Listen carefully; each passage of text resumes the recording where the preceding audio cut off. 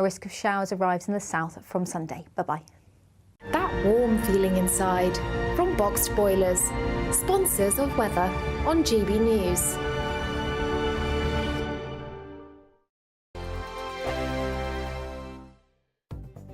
The latest GB News travel. Good evening, I'm Johnny Ratner. Long delays continue heading west along the M62 through West Yorkshire this evening. From junction 25 to 24, the inside lane's blocked off just north of Huddersfield after a lorry caught fire, with queues of well over half an hour back to Chain Bar, back towards Bradford. And in Birmingham at Handsworth, the A41, the Holyhead Road, still partly blocked by a collision. And the M1 is blocked heading into London from junction 4 to 2 from the Edgware exit down to the Barnet bypass. A building caught fire right by the motorway. East London, the Blackwall Tunnel remains closed northbound. A van has caught fire inside the tunnel, causing long queues back to the Sun and Sands roundabout and on surrounding routes for the A20 and the A2. And on the Kent stretch of the M25, a lane's closed anti-clockwise south of the Dartford tunnels. A car and a van have collided, not being helped by an earlier breakdown. That's the latest. You can stay up to date throughout the day by visiting our website, gbnews.com. It's the final week to see how you could win an incredible £30,000 in cash. It's extra cash that could really make a difference to your coming year. You could find yourself on that holiday you've always wanted to take, buy that treat that always seemed out of reach, or just send some of those day-to-day financial stresses packing. Time is ticking. Get your entry in now. For another chance to win £30,000 in tax-free cash, text CASH to 63232. Text costs £2 plus one standard network rate message. You can enter online at gbnews.com/win. Entries cost £2. Or post your name and number to GB07, PO Box 8690, Derby DE1 9TT. UK only. Entrants must be 18 or over. Lines close at 5 p.m. on the 30th of August. Please check the closing time if listening or watching on demand. Good luck. I'm Christopher Hope. From pop stars to politicians, I'll interview anybody in a pub who's got a political opinion. Join me every Friday on Spotify, Apple Podcasts, YouTube or gbnews.com, or wherever you get your podcasts. This is GB News, the People's Channel. Every Saturday, 10 till 12, we'll bring you all of the news that you need to know. We'll also remind you that there is so much to smile about. It's my favourite time of the week. I get to relax, enjoy some light-hearted stories, and let Ellie teach me about fashion too. That's Saturday Morning Live, every Saturday, 10 till 12. Only on GB News, Britain's news channel. Join me, Nana Okoye, for an informative, interactive news programme with a difference. It's fun. No, he didn't say that, Dave.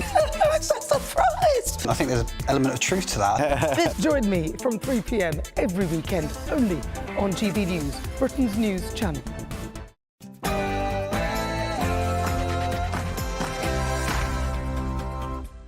Hello there, it's 6 o'clock. I'm Michelle Dewberry and this is Dewbs & Co. Coming up tonight, a primary school child aged 11 has today been arrested in connection with the riots. Let me ask you this. Is this all a fair example of law and order? Or quite frankly, is it all kind of trying to prove a point too far? You tell me. And Keir Starmer resets our relationship with the EU. Is that something that makes you go, yes?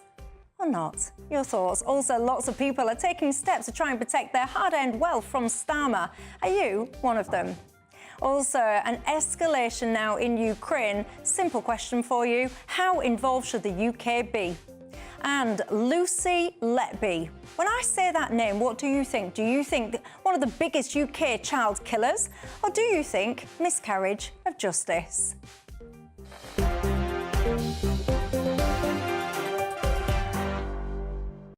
All of that and more, but first, the 6 o'clock news headlines.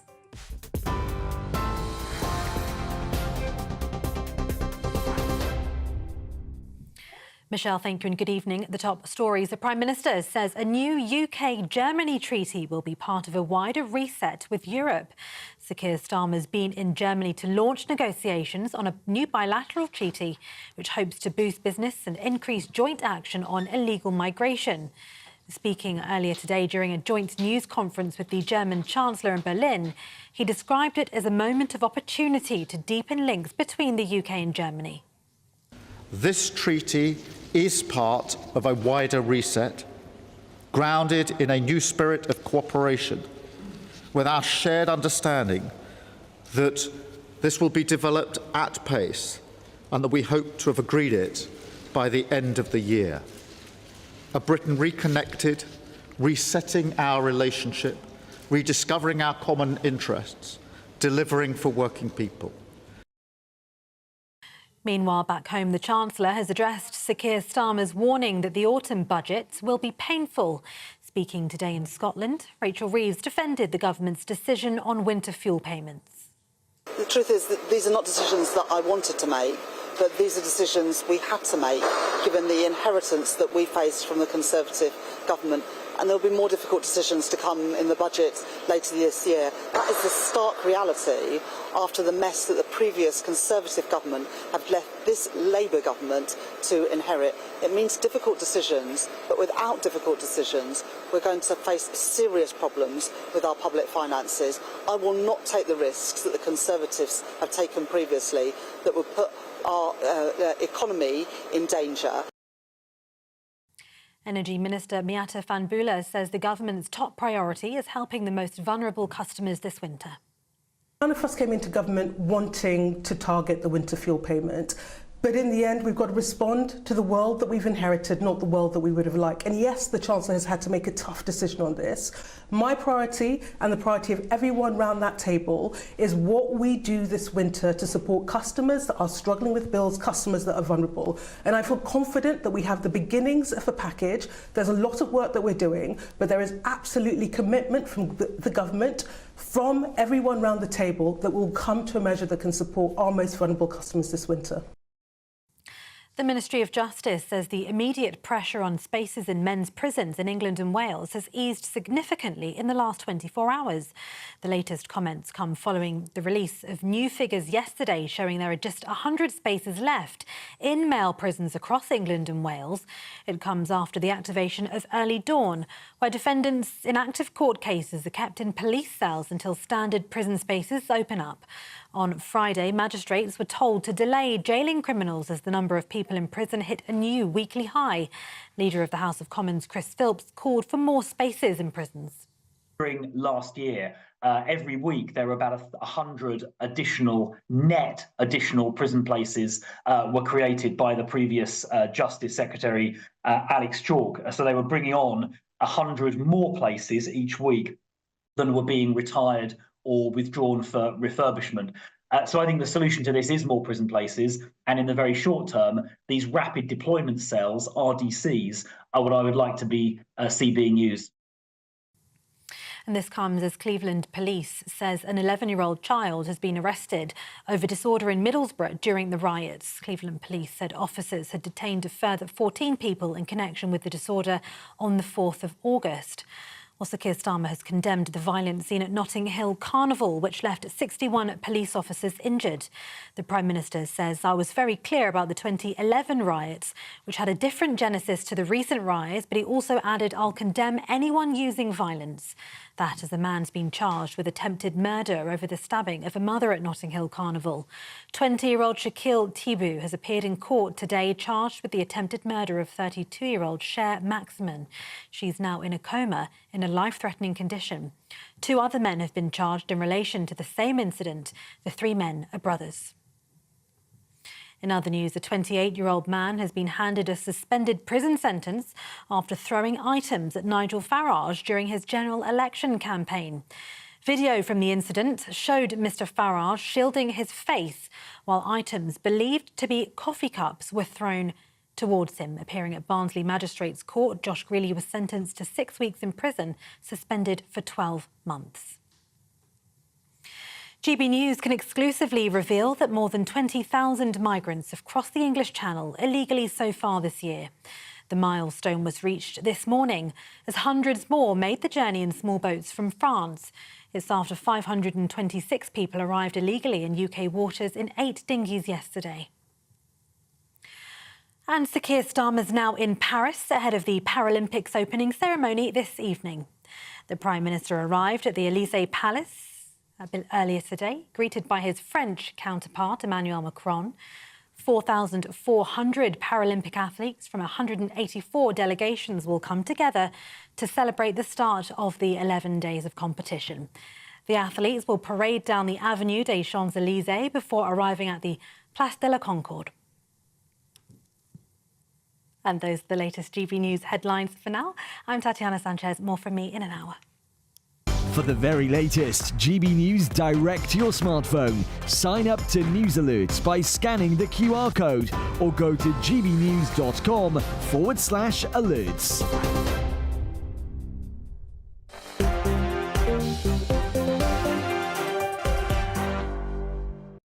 Thank you very much for that, Tatiana. I'm Michelle Dewberry, and I'm with you until 7 o'clock tonight.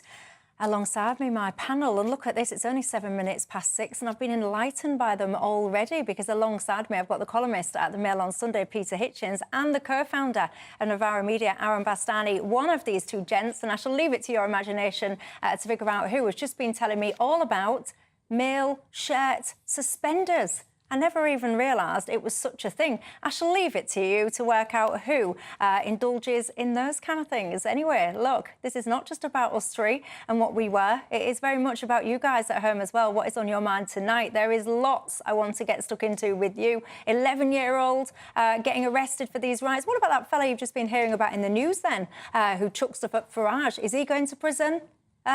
No, he isn't. Is this two-tier policing? You tell me. Lots of Ukraine, I want to talk about that. And Lucy Letby, when I say that name to you, do you think one of the worst examples of child killing in this country? Or do you shout at your screens and say, hang on a second, potential miscarriage of justice? Where are you? One of my panel has very strong opinions on that. Get in touch, gbnews.com/yoursay is how you get me on the website, or you can email gbviews@gbnews.com. Or, of course, you can tweet or X me, but wherever you are very welcome. Let's kick off then with that 11-year-old. I wasn't actually going to cover this story, you know, because I talked about writing a lot last night, but something about this age, 11, primary school child, it stopped me in my tracks. Look, the Justice Youth Board, apparently, they have called on prosecution of children to be a last resort. I mean, 11-year-olds, Aaron Bastani, getting arrested for this kind of behaviour. And we've not just had 11, we've had 13-year-olds, 15-year-olds, 16-year-olds, and so on and so forth. Is this just fair law and order, or...? Well, in this country, the age of criminal responsibility is 10. And if somebody older than that has been viewed or has allegedly broken the law, then obviously they'll be treated as an adult. That's just simply how our system works. I certainly don't think an 11-year-old should be punished for their involvement in this disorder. But then, of course, it depends on what they've done. If it's simply something they've said or incitement, no, because, like you say, they're a primary school child. If, however, somebody has physically assaulted somebody, I think that's very serious. So, do I think they should go to Borstal? No. But as a country, we have a criminal age of responsibility at 10, and that's where it is. Well, I think that's too young, by the way. You think what? I think criminal age of responsibility at 10, I think that's too young. Should be what then? I think probably somewhere between 12 and 14, probably 12, 14. Is it in 12 in Scotland? Am I right in thinking that? Is it 12 in Scotland? Is it 12 in Scotland? I have no idea, I'm sorry. I think it is. I don't know why I would randomly know that fact, but I'm sure it's 12. I will get someone to check and I'll update you. Anyway, I'm sure the specifics of this 11-year-old will come out in good time, so I don't want to get into the specifics of him. I'm asking generally, 11-year-old primary school children, is this the kind of thing that the police should be spending their time looking to arrest? Well, hang on, isn't the first question, what did these people allegedly do? If they behaved in certain ways, then it's perfectly reasonable for the police to have arrested them and for them to have been put through some sort of procedure. What happens to them afterwards is a different question. There was a grave danger with first offenders of making things worse by hitting them too hard with too much punishment. But the shock of being arrested can be quite effective in the life of somebody, and it's almost certainly worth doing. But the question has to be, what were they doing when they were arrested? The police can't ignore certain types of bad behaviour. It would be dereliction of duty. They ignore far too much as it is, and I'll never criticise the police for refusing to ignore things. I want them to stop ignoring things in general.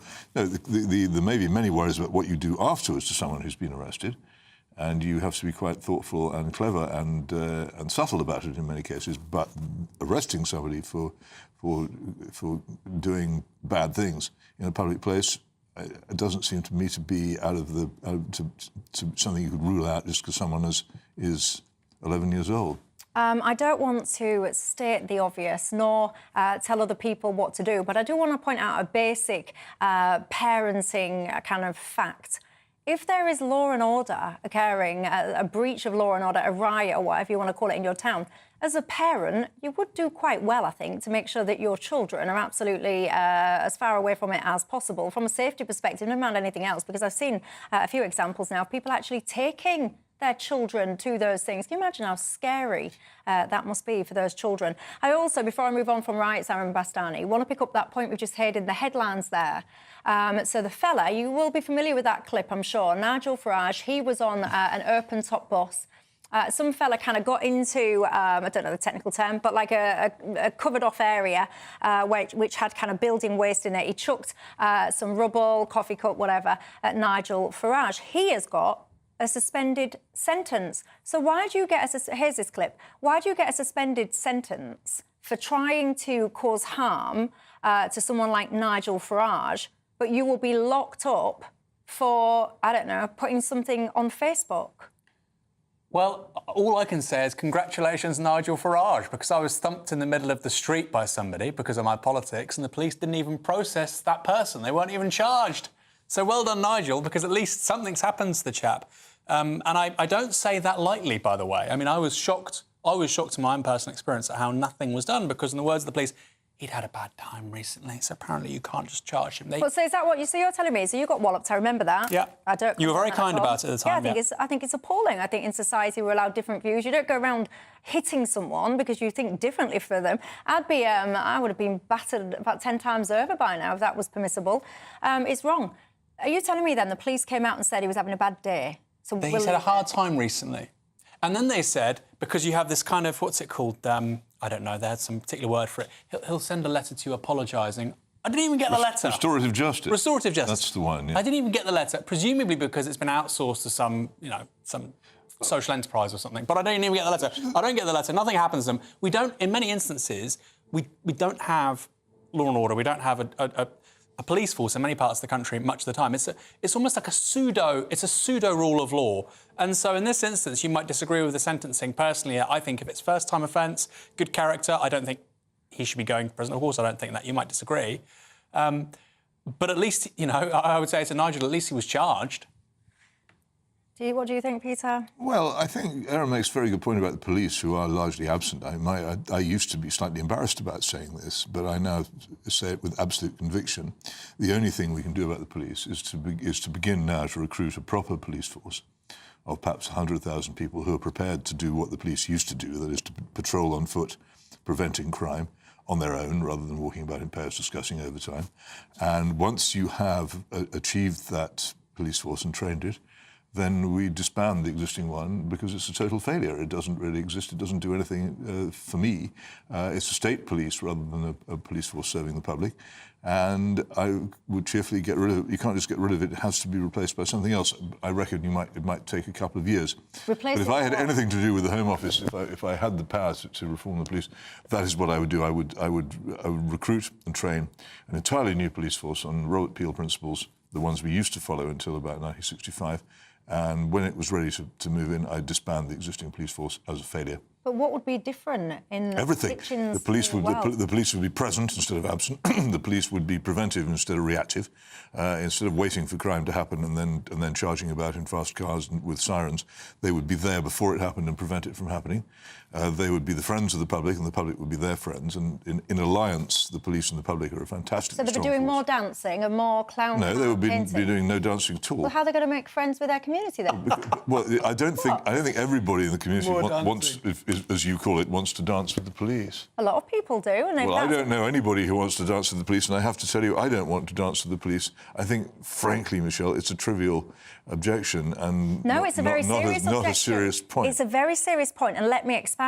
One of the criticisms that many people have with the police force at the moment is they spend too much time dancing on Pride protests, painting their flags, They mistake pressure groups for the public. They don't see the difference. pressure groups and political campaigners are wholly different from the general public, who the police regard with bafflement because they never meet them. The only members of the public they meet are the ones who've committed crimes or ones in lobby groups. They have totally lost. So how do you make friends with your communities then? By being there. You're so young. What the police used to do in this case, they used to walk along the street on their own, making themselves available to the public. They were always visible. They were constantly there. They were a presence in towns. They were a presence in the countryside. People knew them. They knew who to go to. They talked to them. The police heard what they said. Well, in this day and age, a lot of police have taken the knee to slogans such as ACAB. I'll let you figure out what that means at home. Go on, Aaron. Well, right now, my experience of the London Metropolitan Police Service is either they're very surly, aggressive, rude, hostile, or they're twerking on TikTok. And I agree with Peter. Maybe there's a middle ground here where they can just be affable, thoughtful, civilised, polite, courteous, helpful. I think perhaps that would be a wise way for them to conduct themselves. What do you think? You'll have strong opinions. And I know that many people actually get in touch with me when we talk about policing. Either you're retired police officers or current serving police officers. You'll have strong opinions on that. Get in touch and tell me. Look, I want to talk to you. There's a lot I want to squeeze into this programme about Keir Starmer.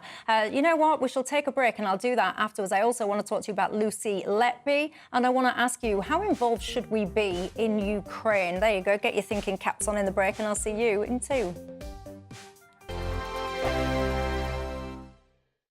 This is GB News, Britain's news channel. This Bank Holiday Monday will be celebrating National Dog Day by uncovering how many pet owners would rather spend the bank holiday with their pet over their partner. In fact, new research has uncovered the 5 key personas that make up Generation Pet. That's a new wave of post-pandemic pet owners, with 58% saying they worry about their pet being diagnosed with a serious illness.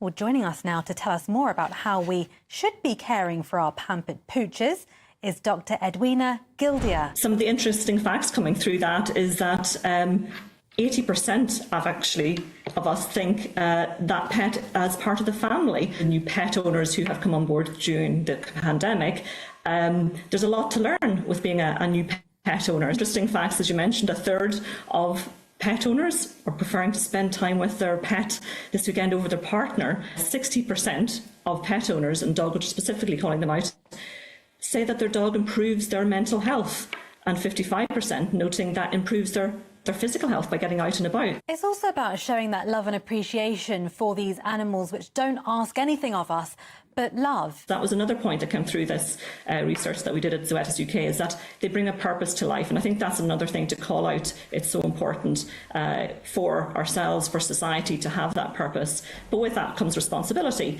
And that's ensuring that we do support their health, and we know how to do that as well. If you'd rather spend your bank holiday with your dog than your partner, maybe we've got too much of an over-reliance on our pets? I think it depends on what way you look at it. For some people, it may be a connection. I think it's a positive thing that we have, and we should celebrate it. GB News, the People's Channel. Weekdays on GB News. Wake up to breakfast every day from 6 a.m. Followed by Britain's newsroom at 9:30. At noon, it's Good Afternoon Britain. Followed by Martin Daubney from 3 p.m. Only on GB News, the People's Channel, Britain's news channel. Every Saturday, 10 till 12, we'll bring you all of the news that you need to know. We'll also remind you that there is so much to smile about. It's my favourite time of the week. I get to relax, enjoy some light-hearted stories, and let Ellie teach me about fashion too. That's Saturday Morning Live, every Saturday, 10 till 12. Only on GB News, Britain's news channel. We're proud to be GB News, the People's Channel. And as you know, we always love to hear your views. Now, there's a new way of getting in touch with us at gbnews.com/your-say. By commenting, you can be part of a live conversation and join our GB News community. You can even talk to me, Bev Turner, or any of the members of the GB News family.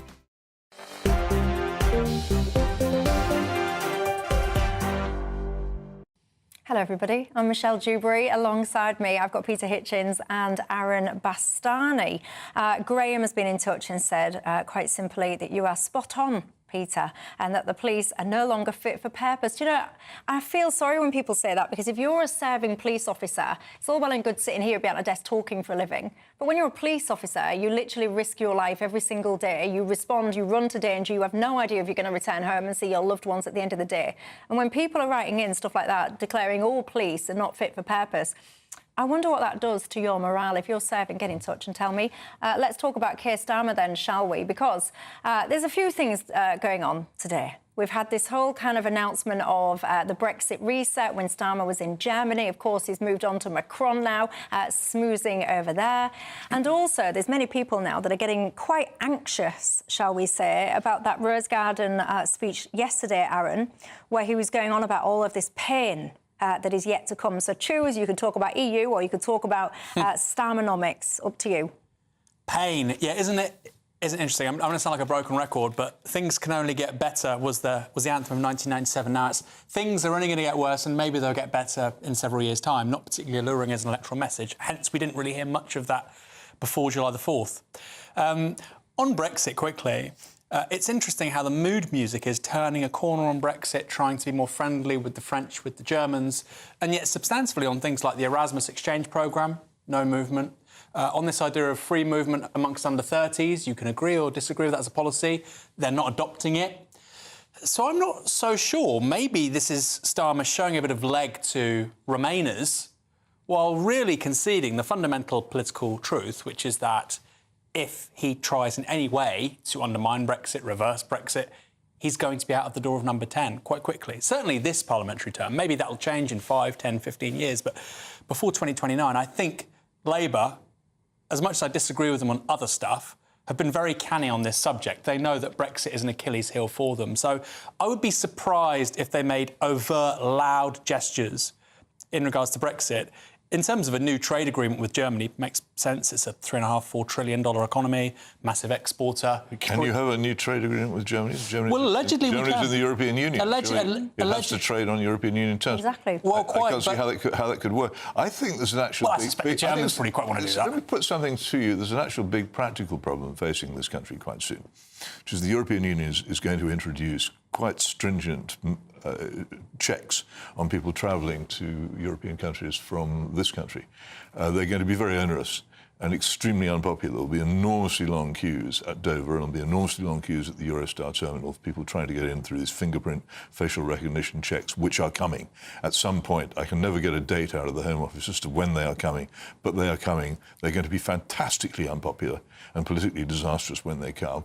I think the government really, really wants to try and prevent them from happening, and is actually signalling some sort of negotiation to either postpone them so far off that they never happen, or to get rid of them altogether. And I think there's a big, big worry underneath. Wait till this happens. It will be the ludicrous position, especially if you're going out through Dover, where people will be struggling to get out of the country through all kinds of police checks and passport checks and facial recognition, where a couple of miles away, boats will be pouring in with people walking into the country with no checks at all. It would be so ridiculous that no government will be able to withstand the ridicule which will result from it. I think they're really frightened about it, and I think one of the reasons they're doing all this schmoozing is to try and get a deal about that, amongst other things. It's going to be so bad. I warn you.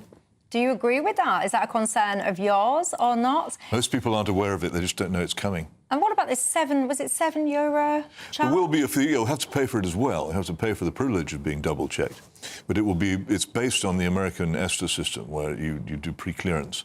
But it's quite intrusive, and it will involve, let's say, much more bother at the border. Would it put you off travelling to the EU, though? You tell me. What about this whole people go to Spain. A lot of people go to France, I think you'll find. They do. I'm going to France, actually, very soon. What about this whole pain thing, then, economically? Because a lot of people are actually looking at their lives and going, hang on a second, I've grafted, I've earned a little bit of money, I've got it in a bank, I've got a bit of savings coming in, or I've got this, or I've got that, or I dabble with some shares, or whatever. Is Starmer going to come along now and take a lot of this off me? Well, you might recall that before the general election, I said that Labour will increase capital gains. As that's going to happen. And, of course, Labour didn't say that, and I think they almost certainly will. Look, I think if Tax they bump... against what? In line with income tax rates? No, I mean, that would... Well, they did say they would, because it was one of those things they didn't rule out. They didn't rule out. Everything they didn't rule out, they were basically saying to anybody with half a wit they were going to increase that. But not everybody can be Peter Hitchens. But that's true. That was the implicit It's not hard. That was it. I mean, look, if they bump it up capital gains 2 or 3%, I mean, I was here with Zia Youssef a few months ago, actually, very smart chap, the donor to reform. He said, look, that wouldn't be the end of the world. And I think most people would look at that and say, look, we've got a Labour government coming in after the Tories. We do have this deficit last year was £120 billion. OK, a couple of percent. If that's all it is, fine. The idea of equalising it, I would like to see lower income tax and higher capital gains, but they're not that adventurous. I think they'll just bump it up 2-3% would be my guess. We had a big fallout about this, didn't we? One of the times that you and I have probably fallen out on this show about tax. I just think it's absolutely pathetic, turning around. And one of the things that gets me, everybody, we've got a Prime Minister who apparently cannot even buy his own clothes. He is a grown man expecting a donor to pay for his spectacles and his pants, and then he is lecturing everybody else about how tight we've got to do our belts up. I mean, I think the hypocrisy and the ridiculousness is off the charts, quite frankly.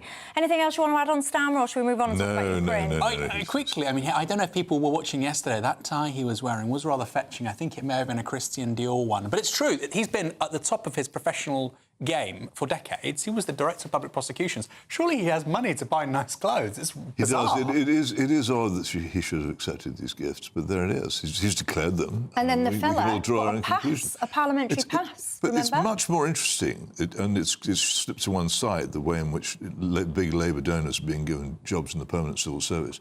That is a really serious development and a constitutional putsch. And this fuss about the Downing Street pass and Lord Ali has completely driven it off the front pages. It's much, much more important and more significant. People should be far more worried about it. You should not be able to have people coming into the civil service as established civil servants after they've given huge donations to the Labour Party. It's just wrong. But I heard someone from the Labour Party trying to defend that. I think it was last night, and he was saying, hang on, if someone's been committed to the Labour Party, you know, ad infinitum, he's wealthy enough to give some money, why should he then be excluded from helping advance that government in a apparently neutral role within the civil service? Because the civil service is politically neutral, and you cannot serve in it while openly professing a political allegiance. That's a constitutional point. That's what it's for. It has to be able to serve any government that's elected by the people. And if it's full of political placement, it can't do that. The Americans have a politicised civil service, and it doesn't work very well. And if that's what you have, that's what you have. We don't have it, and we shouldn't start getting one now. Mm-hmm. Well, of course, don't forget Starmer, he was very passionate, wasn't he, about rooting out cronyism. Can you imagine what he would be saying if this was a Tory government and someone was buying Rishi Sunak's clothes and then milling around Parliament, etc. You can have the final word on that one. Lots of you getting in touch with me about Lucy Letby. Don't worry, we'll be coming to that. But now I want to talk to you about Ukraine. Look, the situation there has now changed, escalated, advanced, whatever you want to call it. Of course, here in the UK, we're constantly pledging our ongoing support for Ukraine for, I quote, as long as it takes. I've got to say, I'm not sure there's much clarity on what it actually is that we're trying to achieve alongside them. Anyway, there's been requests for more intense weapons. The UK kind of hedging its bets a little bit, saying one thing to Zelensky whilst trying to perhaps not upset the US on the other hand. Peter Hitchens, what do you make to all this? How involved should we be with all this? Well, not at all. As I've said from the start, it isn't our business to engage in a proxy war between the United States and Russia on the territory of Ukraine, a war which seems to me to be pointless and damaging to everybody involved in it, and I'm amazed that there isn't more criticism of it. Until quite recently, most major wars in the world attracted a lot of criticism. This one somehow or other doesn't, and there's hardly anybody in this country who ever says there's anything bad about it. It is catastrophic for the people of Ukraine, a country now whose power grid is in ribbons, many of whose cities are in ruins, whose people have fled in large numbers, which has lost huge numbers of young men to death and disablement and disfigurement in war. And for what? Ukraine was actually perfectly content independent country on the borders of Russia until the United States began pushing the idea of Ukrainian membership of NATO and creating in that region tension that wasn't there before. What was the point of that? I don't see it. And people say, oh, appease. It's nothing to do with appeasement. There was a perfectly workable compromise over the position of Ukraine, under which the people of Ukraine were reasonably happy and content and certainly weren't being blown out of their homes or killed in large numbers. And it was brought to an end, and it was brought to an end, in my view, by a foolish policy adopted not by the United States as such, but by a foreign policy faction in the United States who aren't, in my view, very bright. And we support it as if it was some kind of great crusade against evil. It isn't like that. Aaron Bastani? Well, I agree that this idea that you would just give £3 billion to a foreign power willy-nilly, no questions asked, the objectives aren't clear, is outrageous, it's ridiculous. I look at Portsmouth, where I've come from. You could spend probably £80 million and make the city look fantastic. You could do up all the stations, revive the city centre. The same for Bournemouth, the same for most medium-sized cities. We're sending not 3 million, we're sending 3 billion every year to this other place. And like I say, tens of millions could transform any particular town or city in this country. Really extraordinary when you think about it. At the same time, I do understand the argument, which is 30 years ago, the Ukrainians were told to give up nuclear weapons as a deterrent against any No, potential... please, don't say that. No, that's not my... Peter, that's not my opinion. Ukraine never had any nuclear weapons. There were Soviet nuclear weapons on Ukrainian soil, which Ukraine neither controlled nor could launch nor could keep secure. They were no more Ukrainian than the American missiles at Holy Lock in the 1950s and 60s in this country were British. Well, no, so the argument ridiculous to call them Ukraine. It's an absurd argument. The argument would be, and I don't agree with it, but the argument would be that there was an agreement made several decades ago which ultimately left Ukraine weaker, and therefore we owe them a debt. Do we owe them a debt? I mean, you can maybe make that argument that we should certainly seek peace, but I think sending £3 billion a year forever is just... Which we have not got. And we can't... I don't think we've got any hunter-killer submarines at sea anymore. Most of our Navy is tied up alongside because it doesn't work. We're already talking of cutting seriously the purchase of F-35B jets, which are supposedly essential for both the Navy and the Air Force. Our army, as we know, is smaller than the army of Vichy France in 1941. We have no proper defences of our own. Why are we spending all this money on this war? What is the British interest in it, apart from staying as close to the Americans as we possibly can, which has never struck me as a particularly brilliant or clever policy for this country to follow? Why do we? What is the end game? Because one of the challenges is when you've got Keir Starmer standing there talking about, really difficult times and people of Britain, you're going to have to really tighten your belts. A lot of pensioners now, you're not going to get your help to heat your homes and so on and so forth. Money is really tight. This then, it feels like such a contradiction to then be able to say, but on the other hand, just ad infinitum, we'll just do whatever it takes. What do you think is behind that? What do you think is driving it? Washington. Keir Starmer, we don't want to have an independent foreign policy. I'm personally shocked at some of the moves made with regards to Gaza, UNRWA, basically saying that we'll recognise the ICJ. I'm shocked because that's put clear water between London and Washington. I'm shocked. But that absolutely will not happen in the case of Russia-Ukraine. We don't have an independent foreign policy in this country. We haven't for, well, as Peter so lucidly writes, arguably since 1941. So that's the main reason. And to quickly answer the point about his messaging, you can't, prior to the general election, say, hope, change, I'm the alternative, get the Tories out, and then immediately say, you know what, we're going to adhere to all the Tory spending plans. What was the point of the general election? What was the point in changing government? Look, you guys, when it comes to this Ukraine thing, you're very, very divided. Ian says it's very simple. We need to help as much as possible without putting boots on the ground. And then when the war is finished, he says, the UK must be the first in there to help them. What does he mean by finished? What would be the finish of it? And there you go. That is $1 million question. What are the war aims, if you like? What are the objectives of this? Ian, perhaps you can get in touch and tell us. Jonathan says, people like Peter are basically suggesting that Ukraine should wave the white flag and let Russia take over. People are getting in touch. I'm absolutely not suggesting that, though. I've never suggested it at all. It's complete fantasy. I think that Ukraine should have remained united and a fully sovereign country. And before it was interfered with, and before the suggestion was made that it should join NATO, that's what it was.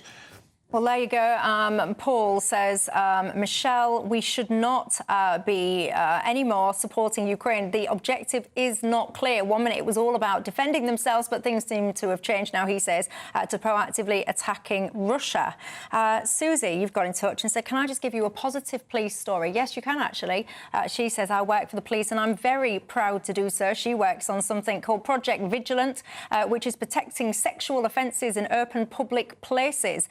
She says it's a fantastic, worthwhile cause and more police forces are now taking this up, and she feels that initiative is making a real difference. Well, thank you, Susie, for the work you do. Coming up after the break, I can tell you now, so many people have been getting in touch about this story. The name Lucy Letby. What does that mean to you? Does it mean, on the one hand, one of the worst UK serial killers of children? Or does it mean, in your mind, perhaps one of the biggest miscarriages of justice this country has ever seen? We'll discuss in 2. Hello, good evening. Welcome to your latest GB News weather update brought to you from the Met Office. Thursday will be a breezy and showery day for northwestern areas. Elsewhere, though, dry and feeling fairly warm in the sun. But it is going to be a fresher day tomorrow compared to today. That's as this weather front is expected to clear away to the south and east throughout tonight, taking with it some rain, which will affect northeastern areas of England, some eastern areas of Scotland through this evening. Still a few showers across the north and west. But for many of us, it will turn a much drier and clearer overnight tonight. So that does mean it's going to be a fresher night. Temperatures will fall away into single figures rurally, towns and cities just about in double digits. So fresher but bright start to the day for many areas.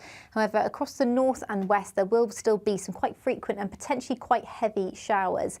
Across many southern areas, we could see a few patches of mist and fog developing, particularly across western counties of England. A few showers pushing into parts of Wales, potentially, as well as northwestern England and Northern Ireland. But I think the most frequent and heaviest showers will affect the Western Isles, the Highlands through Thursday morning, and they'll likely linger through much of the day. A drier start across eastern areas of Scotland. Those showers will progress eastwards to affect these areas later on Thursday, as well as some eastern areas of northern England too. But elsewhere, as I said, it should be a relatively dry and fine day, and it will feel fairly warm in the sunshine. As I said, it is a fresher day tomorrow compared to today. We'll lose that humid feel, so temperatures just about 23 or 24 degrees at best in the south and east, widely in the high teens or low 20s. However, that's about average for the time of year. Now, Friday, we've got high pressure centred across the UK, so a more widely settled day. Plenty of sunshine through the day away from the very far north of Scotland. And it will feel fairly warm in the sunshine, but it could be another fairly fresh start. And that theme continues into the weekend. However, as we head towards Sunday, a risk of showers does develop across the south and east. See you again later. Bye-bye. The latest GB News travel. Good evening, I'm Johnny Ratner. There are long queues through West Yorkshire heading west on the M62, 25 to 24 after a lorry caught fire north of Huddersfield. The inside lane remains closed for recovery work. On the M60 in Greater Manchester, a lane is closed on the clockwise exit at junction 7, the A56 exit to Stretford, following an accident, forcing traffic to continue, where it's really slow towards the Trafford Centre turn-off on the cameras. The M1, meanwhile, is closed heading out of London from the North Circular after the Barnet bypass, where a building's caught fire nearby. Smoke is blowing across the motorway. Long queues back onto the North Circular past Brent Cross and Easton. On the Kent stretch of the M25 anti-clockwise, just south of the Dartford tunnels, it's really slow, partly due to a breakdown but not being helped by an accident. On the M4 north of Bridgend, the westbound exit shut at junction 36 following an accident. And that's the latest. You can stay up to date throughout the day by visiting our website, gbnews.com.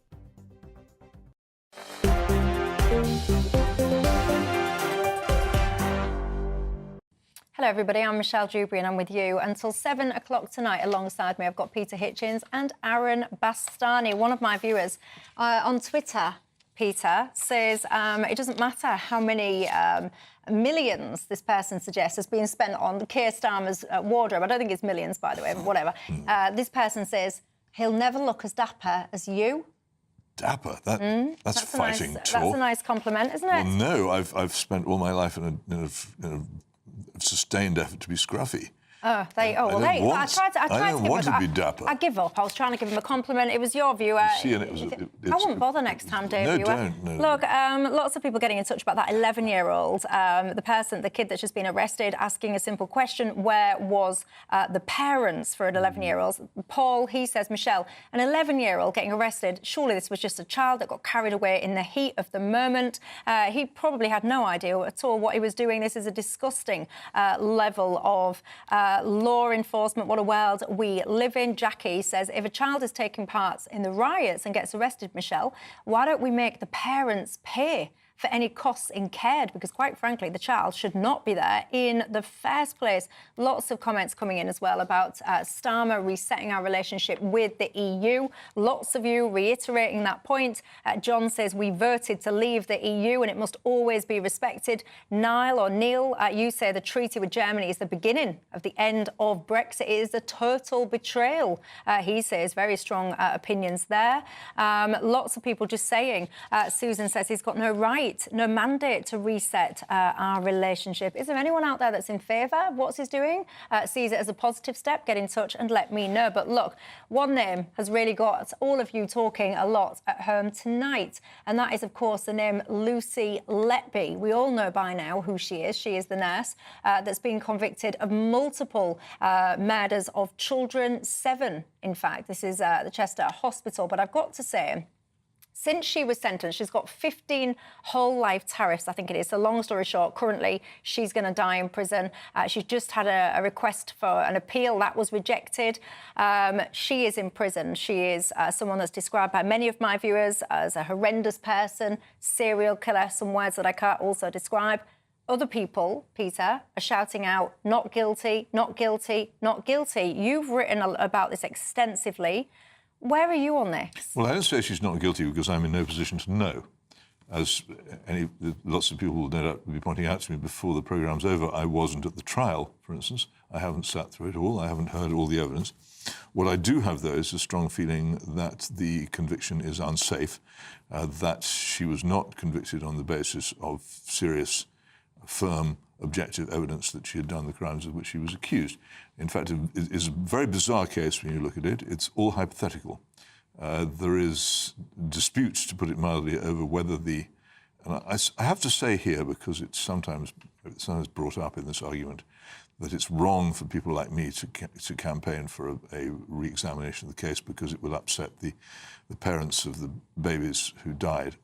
I say nobody could be any more sympathetic than I am to those parents. We all are. But I don't think that the fact that their children have died should make them any less concerned about justice than they were before, or does do so. And justice is very important. If it is the case, and I'm not saying that it is, I'm saying that it seems possible, if it is the case that Lucy Letby has been condemned to spend the rest of her life in prison and she isn't guilty, then it's a terrible injustice against which anybody's conscience should be engaged.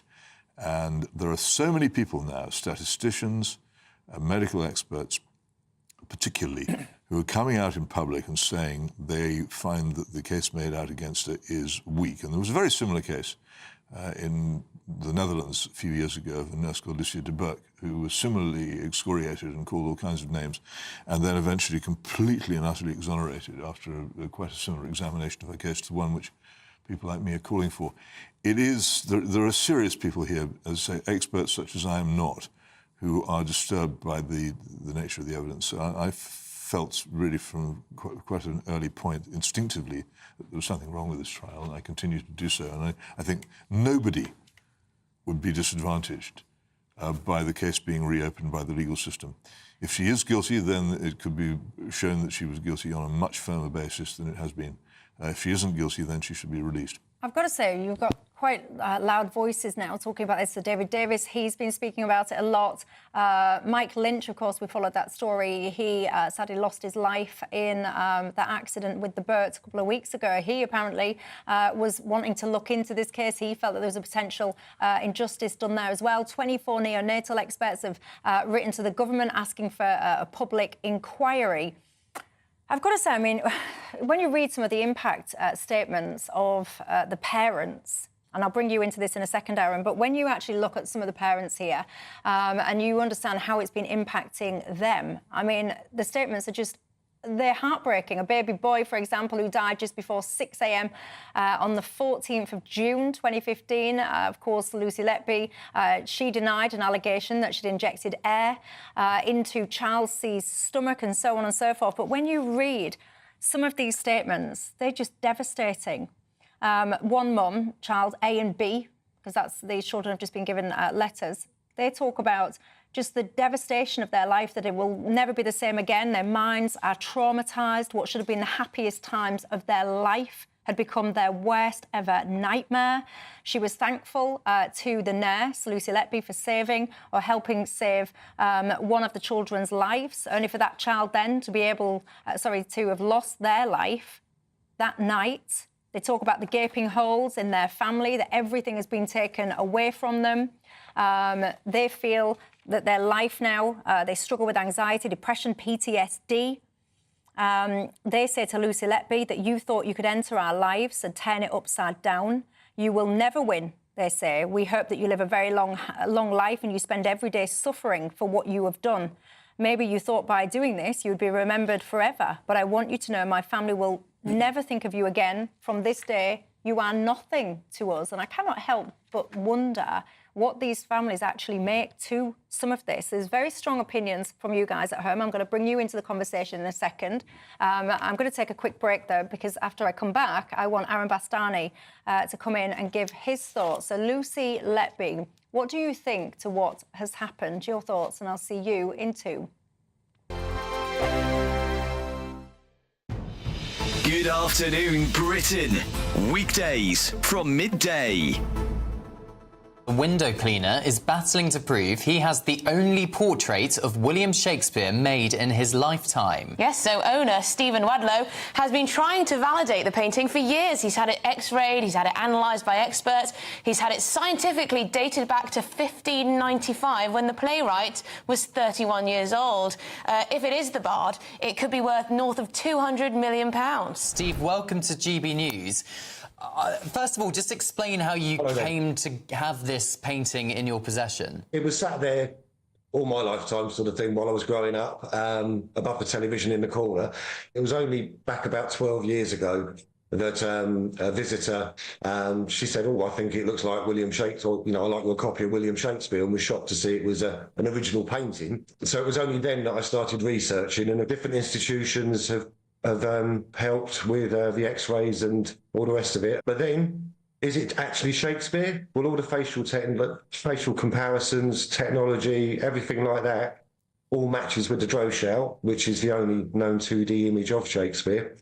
And who do you go to find that out? There's a suggestion in the Sun's write-up of this story that you've been struggling to be heard in the academic world, the lofty art world. It's all a bit snooty. Yes. It's about who you know, and you're a tradesman. Yes.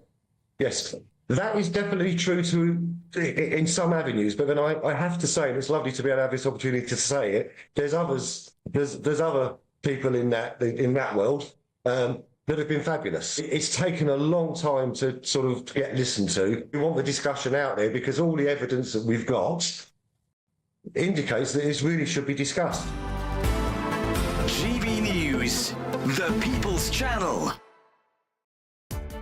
Welcome to State of the Nation, daily plunge into the stories shaping our country. I'm Jacob Rees-Mogg, and Monday to Thursday we bring you the insights, the facts, the truth about how our country is being governed. Because what happens in Downing Street matters down your street. Tune in to State of the Nation every Monday to Thursday, 8 to 9 o'clock. Only on GB News, the People's Channel, Britain's news channel. It's Patrick Christie's Tonight, and here we do things differently. It's explaining the absolute madness of this, doesn't it? It's explosive. I mean, this is very good. It's lively. 850. Your government sat there, Sean, and it did nothing. It's controversial. And the Middle East has been in turmoil since before I was born. It's everything you need to kickstart your evening. Everyone's had their Weetabix tonight. I love to see it. That's Patrick Christie's Tonight, weeknights from 9 p.m. Only on GB News, the People's Channel, Britain's news channel.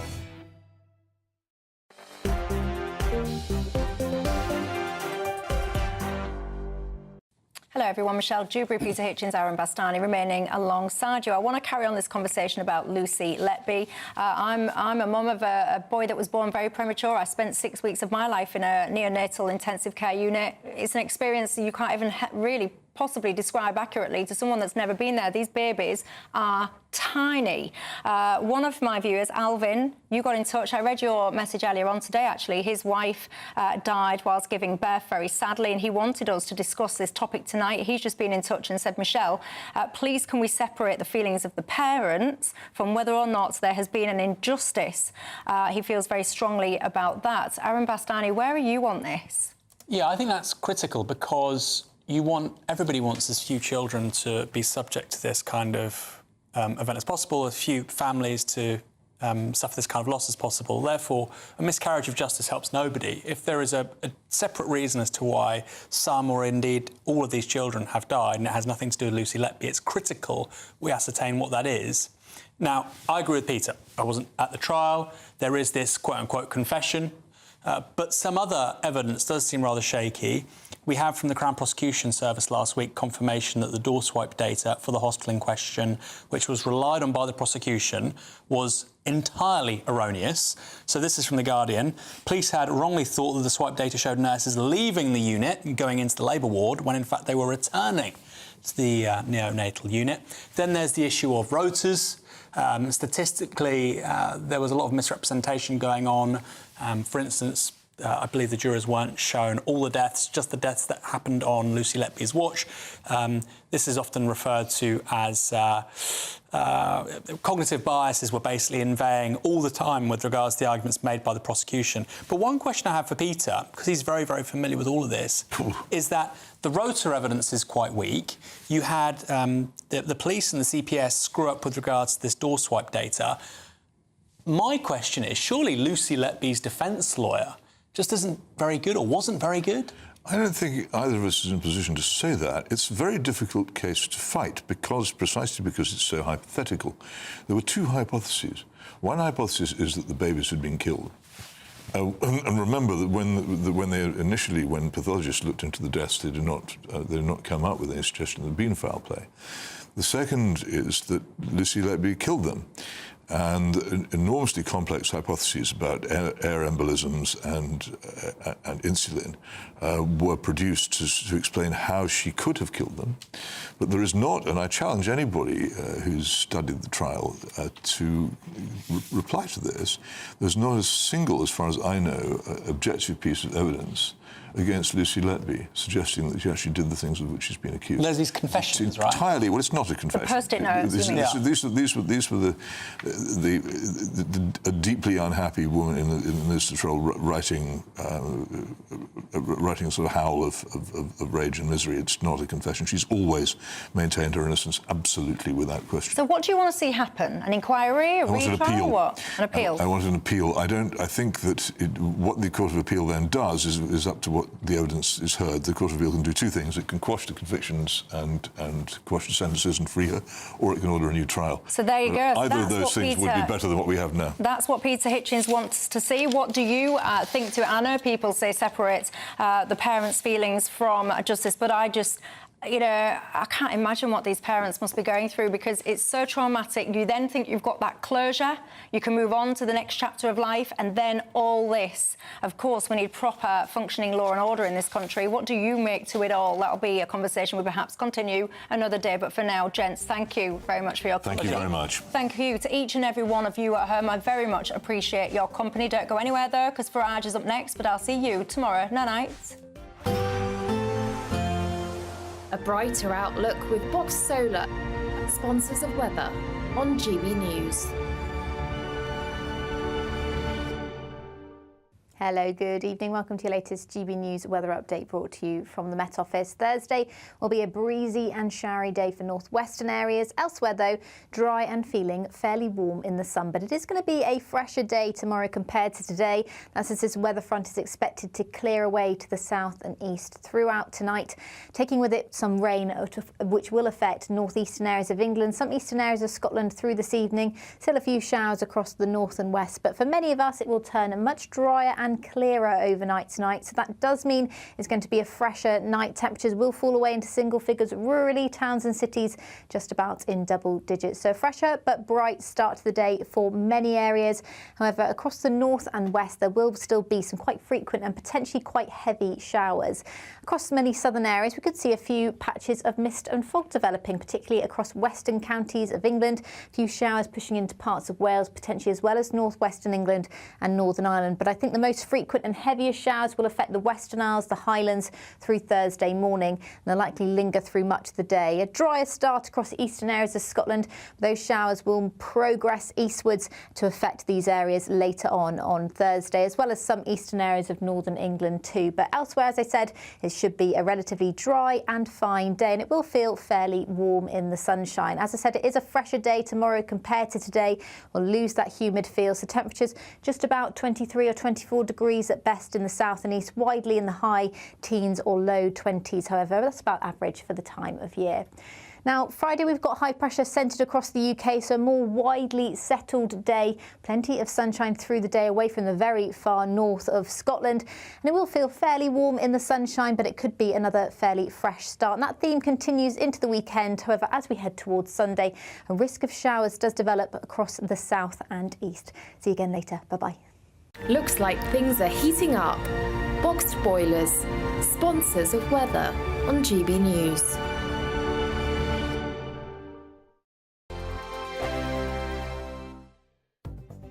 The latest GB News travel. Good evening, I'm Johnny Ratner. Long delays of well over half an hour continue heading west along the M62 through West Yorkshire. Between junction 25 and 24 to the north of Huddersfield, the inside lanes coned off. The motorway was blocked for about 40 minutes after a lorry caught fire. Recovery work continues to take place. On the M1, two problems. First of all, northbound through Bedfordshire, heading towards Bedford, junction 12 to 13. The inside lanes blocked off, or a car's broken down. And further down, the motorway is closed heading out of London from the North Circular at Staples Corner up to the Barnet bypass after a fire broke out in a building nearby. Smoke is blowing across the carriageway. In central London, Regent Street's blocked northbound outside Oxford Circus Station, where a bus is broken down, and the M5 is queuing southbound into Somerset down to 20 at Clevedon, a lane shut following a fuel spillage. That's the latest. You can stay up to date throughout the day by visiting our website gbnews.com. It's the final week to see how you could win an incredible £30,000 in cash. And you could be getting that winning call from us to tell you that you're our next Great British Giveaway winner. Oh, I can't believe this. Oh my God, this is amazing. That is absolutely fantastic. We're over the moon. I've never won anything like this in my life. Oh, you shocked me. I never won a penny in my life. If I was there, I'll buy you a drink. Get your entry in now for another chance to win £30,000 in tax-free cash. Text cash to 63232. Text costs £2 plus one standard network rate message. You can enter online at gbnews.com/win. Entries cost £2 or post your name and number to GB07 PO Box 8690 Derby DE1 9TT. UK only. Entrance must be 18 or over. Lines close at 5 p.m. on the 30th of August. Please check the closing time if listening or watching on demand. Good luck. Are the newspapers getting you down? My wife didn't divorce me that month. Struggling to separate the wheat from the chaff? I know that it's a bit of a circus at the best of times. Well, don't worry. Headliners has got you covered. We'll take the burden of reading the day's news, and if we get depressed, who cares? It's an occupational hazard, frankly. That's